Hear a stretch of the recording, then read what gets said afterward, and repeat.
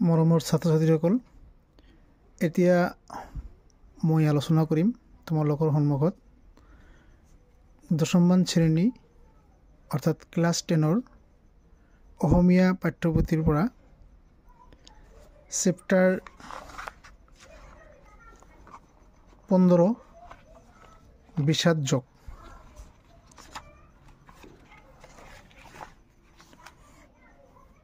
তো আমি তোমালোকক আহ্বান জনাইছোঁ, অলপ মনোযোগেৰে পাঠটো শুনিবা, নিশ্চয় ভাল লাগিব। বিষাদ যোগ, বিষাদ শব্দৰ অৰ্থ হৈছে দুঃখ। বিষাদ শব্দৰ অৰ্থ হৈছে দুঃখ।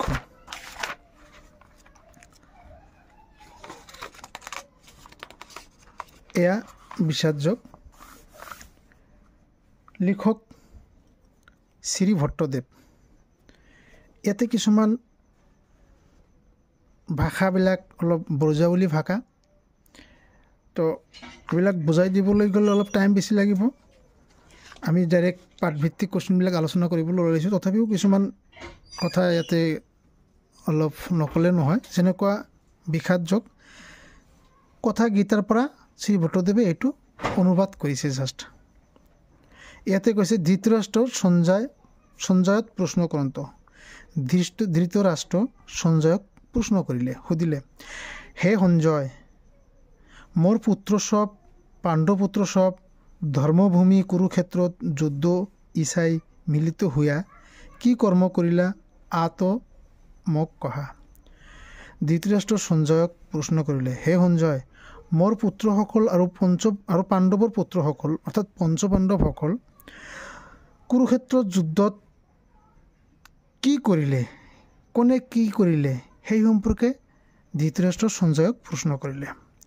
সঞ্জয় ক'লে, জানা ৰাজা, পাণ্ডৱৰ সেনা সব বেহুৰূপে ৰহিবাৰ দেখি তোমাৰ পুত্ৰ দুৰ্যোধন দ্ৰোণাচাৰ্য সমীপক যায় বুলিব লাগিলা। ৰাজা, জানা এনেকৈ কৈছে আৰু যে পাণ্ডৱৰ যুদ্ধৰ সেনাসকল বিহুৰূপে থকাটো দেখি তোমাৰ পুত্ৰ দুৰ্যোধন দ্ৰোণাচাৰ্য ওচৰত গৈ কেনে ক'বলৈ ধৰিলে, হে আচাৰ্য, পাণ্ডৱৰ বিস্তৰ সেনা দেখা। পাণ্ডৱৰ বহুত সেনা দেখিবলৈ পাওঁ। দ্ৰুপদৰ পুত্ৰ শিষ্য ধৃষ্টদ্যুম্নে বিহু পাতি আছে। যে পাণ্ডৱৰ বিস্তৰ সেনা আৰু দ্ৰুপদৰ পুত্ৰসকলে বিহুৰূপে দেখোন থিয় দি আছে, যুদ্ধৰ কাৰণে ৰেডি হৈ আছে। ভীমাৰ্জন সম মহাধনুৰ্ধ ৰসভ আছে। ভীমৰ্জন সম আছে, মহাধনুৰুদ্ধ সভ আছে। কোন কোন আছে তাৰ নামবিলাক শুনা। সাত্যকী, বিৰাট, চেকিতান, কাশীৰাজ, পুৰুজিত, কুন্তিভোজ, যুধামন্য, দ্ৰৌপদীৰ 5 পুত্ৰ, প্ৰতিবিন্দাদি আৰু সবে মহাৰথী। এইবিলাক সব যুদ্ধৰ কাৰণে ৰেডি হৈ আছে আৰু সবেই মহাৰথী, তেওঁলোকে সবেই মহাৰথী। এতিয়া মহাৰথী শব্দৰ অৰ্থ কি ইয়াতে আছে, শুনিবা পিছত বুজা কি কৈছে। তাৰ লক্ষণ শুনা, যি একে 10,000 ধানকিক যুঁজুৱৈ তাক মহাৰথী বোলে। যি অকলে 10,000 সৈন্যৰ লগত 10,000 ধানকীৰ লগত ধনুধাৰী সৈন্যৰ লগত যুঁজিব পাৰে বা যুঁজে, তেওঁক মহাৰথী বুলি কোৱা হয়। আৰু এই সাত্যকী, বিৰাট, চিকিতান, কাশীৰাজ, পুৰুজিত, কুন্তিভোজ এইবিলাক হৈছে এজন এজনকৈ মহাৰথী। বিশিষ্ট সেনাপতি সব তাক কহ তুমি সাৱধানে শুনা। এইবিলাক কোনে কৈ আছে কওকচোন। এইবিলাক কৈ আছে এই পাণ্ডৱৰ সেনা সব বিহুৰূপে ৰহিবা দেখি তোমাৰ পুত্ৰ দুৰ্যোধন দ্ৰোণাচাৰ্য এইবিলাক কথা সমীপক যায় ক'বলৈ ধৰিছে। এইটোৱেই সঞ্জয় ধৃতৰাষ্ট্ৰক কৈ আছে। গুৰু দ্ৰোণ, ভীষ্ম পিতামহ, কৰ্ণ মহাৰথী, কৃপ অগ্ৰণী, অশ্বত্থামা, বিকৰ্ণ, সমদত্ত পুত্ৰ ভূৰিশ্ৰৱা এইবিলাক হৈছে কৌৰৱৰ ফালৰ পৰা সৈন্যবাহিনী। আনো বিস্তৰ বৰিষভ মোৰ অৰ্থে প্ৰাণকে এৰিবে ইচ্ছা কৰিছে। এই সব বীৰ মোৰ অৰ্থে, মোৰ ধাৰণাই প্ৰাণ এৰিব বা মৰিব, এনেকুৱা এটা কথা। সবে নানা অস্ত্ৰত নিপুণ, সবেই কিন্তু নানা অস্ত্ৰত নিপুণ, এইবিলাক সৈন্যই। সব যুদ্ধে বিশাৰদ, যুদ্ধত পাৰ্গত। এই বীৰ সব যুক্ত হইতেও ভীষ্ম সেনাপতি সৰ্বত্ৰভাবে ৰাখিতেও আমাৰ একাদশ অক্ষহেনী সেনায়ও পাণ্ডৱ সমে যুঁজিয়ে সমৰ্থ হেন প্ৰকাশ নকৰিলা। সববিলাক কিন্তু বীৰ, সববিলাক তোমাৰ এইবিলাক যিবিলাক আছে গুৰু দ্ৰোণ, ভীষ্ম, পিতামহ, কৰ্ণ, এইবিলাক সববিলাক কিন্তু বীৰ সব। এইবিলাক সব নিপুণ, অস্ত্ৰত নিপুণ, পাৰ্গত। তথাপিও কি কৰি আছে মানে এইবিলাক। আৰু ইয়াতে আৰু এটা কথা আছে, এই বীৰ সব যুক্ত হয়তো ভীষ্ম সেনাপতি সৰ্বত্ৰ ৰাখিতেও আমাৰ একাদশ অক্ষহেনী, 11 অক্ষহেনী সৈন্য হয়েও পাণ্ডৱ সমে যুঁজিয়ে সমৰ্থ যেন প্ৰকাশ নকৰিলে। পাণ্ডৱসকলৰ এগেইনষ্টত যুদ্ধ কৰিবলৈ সমৰ্থ নহয় যেন মনোভাৱ কৰিলে, প্ৰকাশ নকৰিলে, যুদ্ধ কৰিবলৈ প্ৰকাশ নকৰিলা, এনেকুৱা এটা কথা। এই 7 অক্ষহেনী পাণ্ডৱ সেনা, আৰু পাণ্ডৱ সেনা কিমান আছিল? 7 অক্ষহেনী। আৰু কৌৰৱ সেনা আছিল কিমান? 11 অক্ষহেনী, অৰ্থাৎ 11 অক্ষহেনী। এতিয়া অক্ষহেনী শব্দৰ অৰ্থ যদি ক'বলৈ যাওঁ, অক্ষহেনী মানে কি? এক অক্ষহেনী হৈছে তোমাৰ, এক অক্ষহেনীৰ শব্দৰ অৰ্থ যদি তোমালোকে বুজিবলৈ যোৱা, ইয়াতে দেখা অক্ষহেনী। এক অক্ষহেনীত 11,870টা ৰথ থাকে আৰু হাতী থাকে, 65,610 ঘোঁৰা থাকে আৰু 1,09,350জন পদবীক বীৰ থাকে এক অক্ষহেনীত।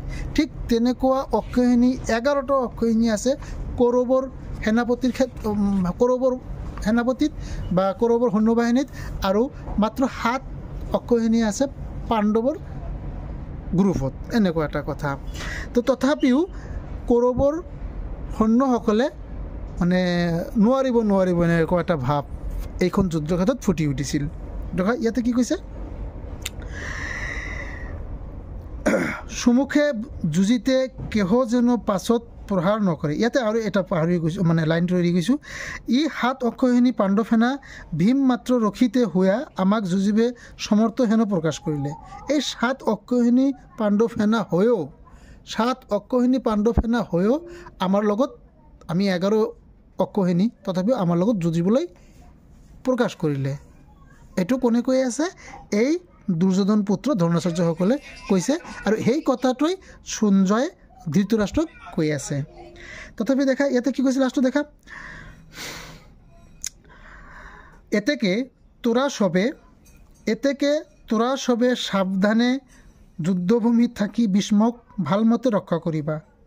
এইটো কৌৰৱৰ ৰজা অৰ্থাৎ এই দুৰ্যোধন দ্ৰোণাচাৰ্য এইবিলাক কৈ আছে যে এই সব তোমৰা সবাই, মানে কৌৰৱৰ সৈন্যসকলক কৈ আছে, তোৰা সবে মানে তোমালোকে সকলোৱে সাৱধানে যুদ্ধভূমিত থাকি, সাৱধানে যুদ্ধক্ষেত্ৰত যুদ্ধ চলাই থাকি ভীষ্মক ভালমতে ৰক্ষা কৰিবা, ভীষ্মক ভালমতে ৰক্ষা কৰিবা, চোৱা চিতা কৰি ৰাখিবা।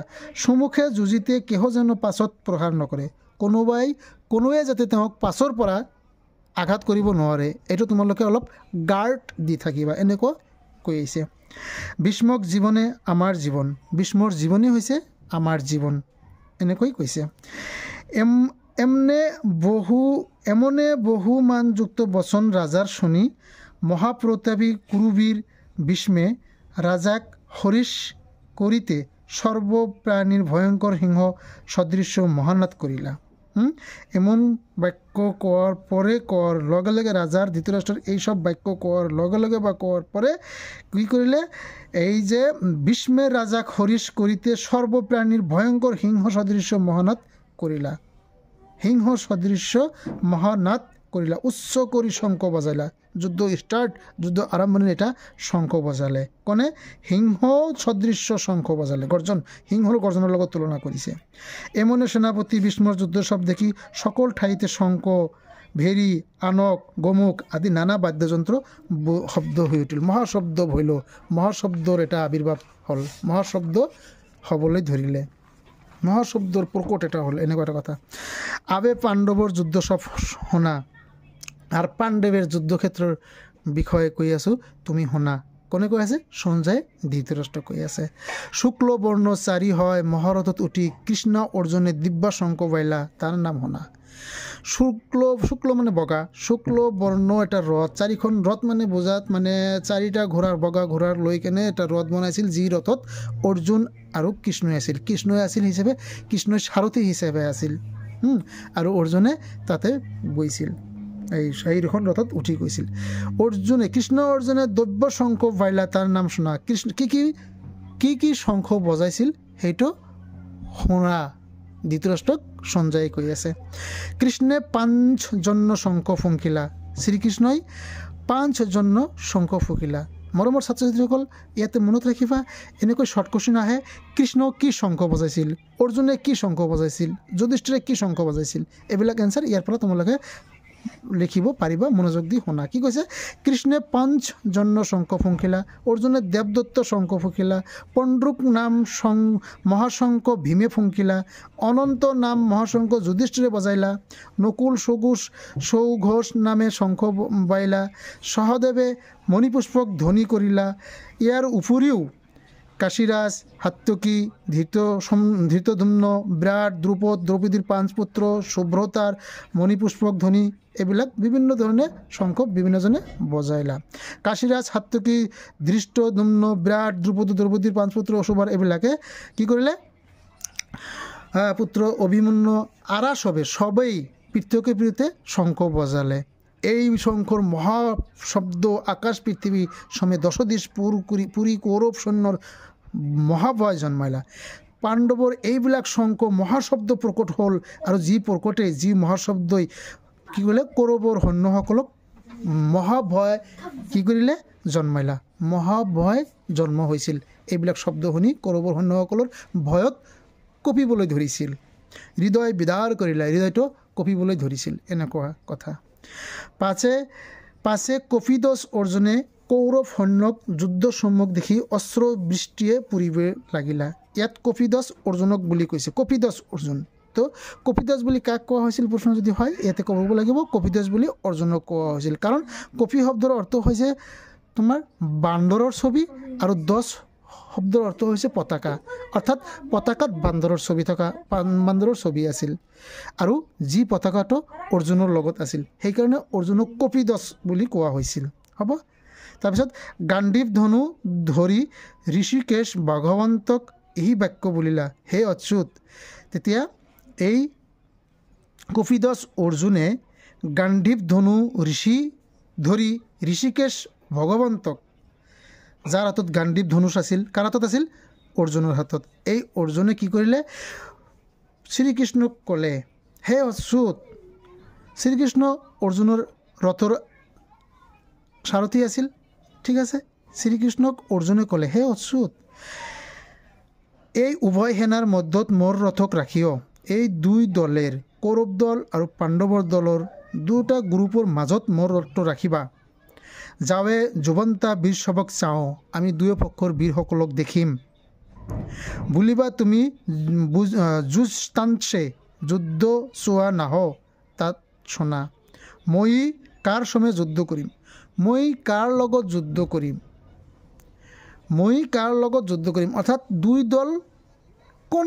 দলত কোনে আছে কোনে কাৰ লগত যুদ্ধ কৰিব কোনে কাৰ এগেইনষ্টত যুদ্ধ কৰিব এইটো মই অলপ চাম শ্ৰীকৃষ্ণই ক'লে অৰ্জুনে ৰথটো দুয়ো দলৰ মাজত ৰাখিবা মই চাম আমি কাৰ লগত যুদ্ধ কৰিবলৈ গৈ আছোঁ অলপ পৰ্যবেক্ষণ কৰিব ঠিক আছে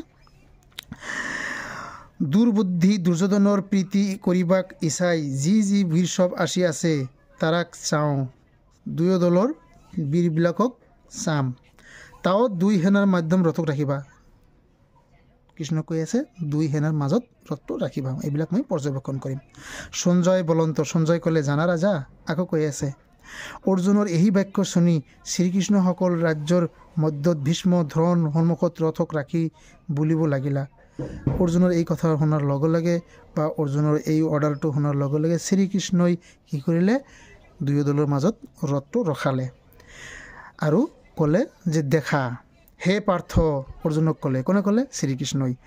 কুৰুবীসকলৰ চক্ষু মিলি দেখা, কুৰুবী বীৰ চবক, কুৰুবৰ বীৰসকলক, সৈন্যসকলক দেখা। তাতে অৰ্জুনে পিতৃব্য, পিতামহ, আচাৰ্য, মাতুল, ভাতৃ, পুত্ৰ, পত্ৰ, সখী, শ্বশুৰ, সুহৃদ চবক দুই সেনাতে দেখিলে। অৰ্জুনে কি কৰিলে? দুয়ো দলতেই নিজৰ আত্মীয় স্বজনক দেখা পালে। পিতৃব্য, পিতামহ, আচাৰ্য, মাতুল, ভাতৃ, পুত্ৰ, পত্ৰ সব আপনজন দুয়ো দলতেই দেখা পালে।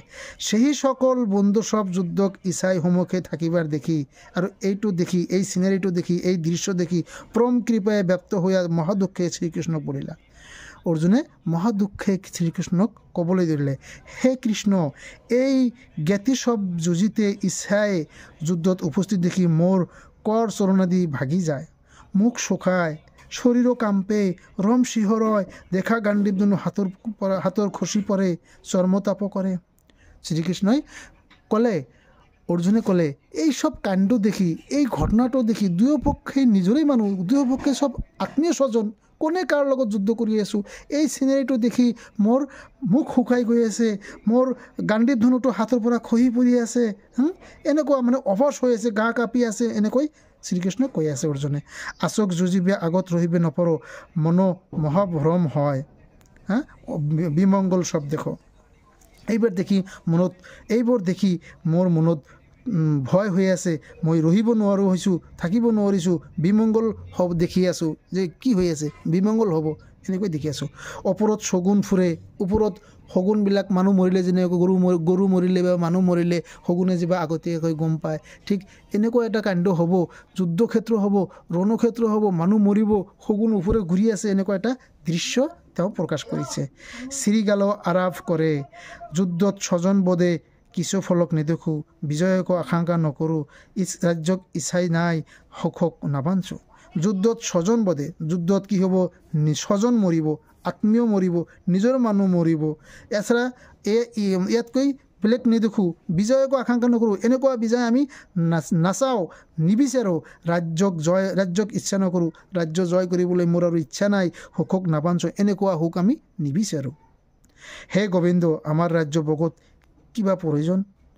ইয়াত ৰাজ্য জয় কৰি, ৰাজ্য ভোগ কৰি কিবা প্ৰয়োজন আছে? যি বন্ধু সবৰ অৰ্থে আমরা রাজ্য ভোগ করব বা রাজ্য ভোগ ইচ্ছা করি, যে বন্ধুর জন্য, যাদের জন্য আমি রাজ্য জয় করবো, রাজ্য সুখ শান্তি ফিরে আনবো, সুখ শান্তি ঘূৰাই আনিম, সেই বন্ধু সব প্ৰাণ ত্যাগক অংগীকাৰ কৰি যুদ্ধত উপস্থিত হৈ আছে তাক শুনা। যিবিলাকৰ কাৰণে আমি ৰাজ্যখন জয় কৰিম, ৰাজ্যত সুখ শান্তি বিচাৰিম, তেওঁলোকে যুদ্ধত মৰিব, তেওঁলোকে যুদ্ধত মৰিব, কাৰ লগত আমি যুদ্ধ কৰিম, এনেকৈ অৰ্জুনে কৃষ্ণক বুজাইছে বা কৈ আছে। আচাৰ্য, পিতৃব্য, পিতামহ, মাতুল, শ্বশুৰ, শালা, সম্বন্ধী সব, এই সব মোৰ আত্মীয় স্বজনী দেখোন, দুয়ো দলৰ মানুহবিলাক সব আত্মীয় স্বজনী, নিজে নিজৰ বিৰুদ্ধে যুদ্ধ কৰিম, এনেকৈ যুদ্ধ আমি নকৰোঁ, এনেকুৱা শান্তি আমাক নালাগে, এনেকুৱা সুখ আমাক নালাগে, এনেকুৱা ৰাজ্য জয় আমাৰ নালাগে, যিবিলাকৰ কাৰণে আমি ৰাজ্য জয় কৰিম তেওঁলোকে মৰিব, এনেকৈ আক্ষেপ কৰি আছে, দুখত বিষাদ কৰি আছে। অৰ্জুনে এনেকৈ বিষাদ কৰি আছে, দুখ কৰি আছে। আৰা যদি আমাক মাৰে তথাপি আমি তাৰাকে মাৰিতে যোগ্য নহয়। এতিয়া যদি তেওঁলোকে যদি আমাক মাৰে তথাপি আমি তেওঁলোকক মাৰিব নোৱাৰিম, তেওঁলোকক আমি হত্যা কৰিব নোৱাৰিম, ই মহা দোষ হ'ব, মহাকুল হ'ব, মহাকুল ক্ষয় হ'ব, এনেকুৱা এটা কথা। তোৰ লক্ষ্য ৰাজ্যৰ অৰ্থ নবদি, পৃথিৱীৰ পদে বদিব, তাক কি বুলিম? হে জনাৰ্দন, ধৃতৰাষ্ট্ৰৰ পুত্ৰ সব বদিলে আমাৰ কি প্ৰীতি হ'ব? তেওঁলোকক মাৰি কিনে আমাৰ কি হ'ব? যদ্যপি তথাপি আৰা আমাক বিষ দিতে চাইছে, আমাক বিষ দিতে চাইছে, অগ্নিও দিছে, ধন সৰ্বস্ব হৰিছে, ৰাজ্যভাৰকো কাঢ়ি নিয়া হৈ আছে, ভাৰ্যকো উপকাৰ কৰিছে, অস্ত্ৰ ধৰি যুঁজিছে, এই 6 দোষত, এইবিলাক সব দোষ। যিবিলাকে বিষ দিছে, অগ্নি সংযোগ কৰিছে, ধন সৰ্বস্ব কৰিছে, ধন লুটি লৈছে, ৰাজ্যভাৰকো কাঢ়ি নিছে, ৰাজ্যৰ সুখ শান্তি কাঢ়ি লৈছে, ভাৰ্যাকো অপকাৰ কৰিছে, নিজৰ ভায়ক, নিজৰ আত্মীয়ক মানে অপকাৰ কৰিছে, এইবিলাক দোষ। এই 6 দোষক কি বুলি কোৱা হৈছে? আততায়ী বুলি কোৱা হৈছে। প্ৰশ্ন হয়, আততায়ী শব্দৰ অৰ্থ কি? তেনেহ'লে এই এনচাৰটো লিখিব লাগিব। তাৰপিছত অস্ত্ৰ শস্ত্ৰৰ মতে আততায়ীক বদিলেও দোষ নাই। অৰ্থশাস্ত্ৰৰ মতে, অস্ত্ৰ নহয়, অৰ্থশাস্ত্ৰৰ মতে আততায়ীক বদিলেও দোষ নাই। তথাপি ধৰ্মশাস্ত্ৰ মতে আৰাক বদিলে আমাৰ দোষে পাইব। অৰ্থশাস্ত্ৰ মতে আততায়িক এইবিলাক 6 দোষ যাৰা কৰে তেওঁক বোধ কৰিলেও কোনো দোষ নাই, কিন্তু ধৰ্মশাস্ত্ৰৰ মতে বদিলে আৰাক বদিলে তেওঁলোকক বদিলে আমাক দোষে পাইব, আমাৰ দোষ হ'ব, আমাৰ মহাদোষ হ'ব। এতেকে ধৃতৰাষ্ট্ৰ পুত্ৰ সব আমাৰ বান্ধৱ, ধৃতৰাষ্ট্ৰৰ পুত্ৰবিলাকে আমাৰ বন্ধু, আমাৰ বান্ধৱ। তাৰাক বদিলে আমাৰ ভাল নহয়, তেওঁক মাৰিলে আমালোকৰ ভাল নহ'ব। জাত বন্ধু সব বোধক অন্যায় অধৰ্ম দেখি, আৰু এইবিলাক কামটো এটা অধৰ্ম হ'ব, ধৰ্মীয় নহ'ব, মানে অধৰ্ম, বেয়া কাম হ'ব। হে মাধৱ বন্ধু সব বদি কেমনে ইহলোক সুখী হ'ব, আৰু এইবিলাকক হত্যা কৰি আমি পৰকালত কি সুখ পাব? এই কালতো সুখ নহ'ব, পৰকালতো সুখ নহ'ব। যদ্যপি আৰাৰ লগত থাকি কুলুখাই দোষ মিত্ৰ পাপক নেদেখে, আৰু এইবিলাক কুলুখাই দোষ হ'ব।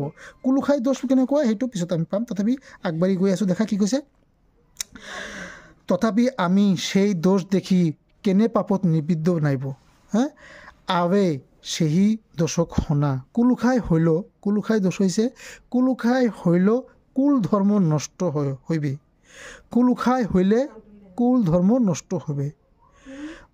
ধৰ্ম নষ্ট হইলে অবিষ্ট কুলকো অধৰ্মে ব্যাপিব, মানে কুল ক্ষয় হলে কুল ধৰ্ম নষ্ট হ'ব, আৰু কুল ধৰ্ম নষ্ট হলে বা ধৰ্ম নষ্ট হলে অৱশিষ্ট কুলকো অধৰ্মে ব্যাপিব, বা ফিউচাৰত যিবিলাক আহিব সেইবিলাকো নষ্ট হৈ যাব। অধৰ্মে ব্যাপিলে কুল স্ত্ৰী সব দুষ্ট হ'ব, আৰু এনেকুৱা হ'লে স্ত্ৰীগণ সব দুষ্ট হৈ যাব।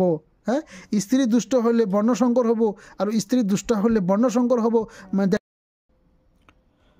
কুল ক্ষয় হৈছে কুল ধৰ্ম নষ্ট হইবে, ধৰ্ম নষ্ট হইলে অৱশিষ্ট কুলকো অধৰ্মে ব্যাপিব।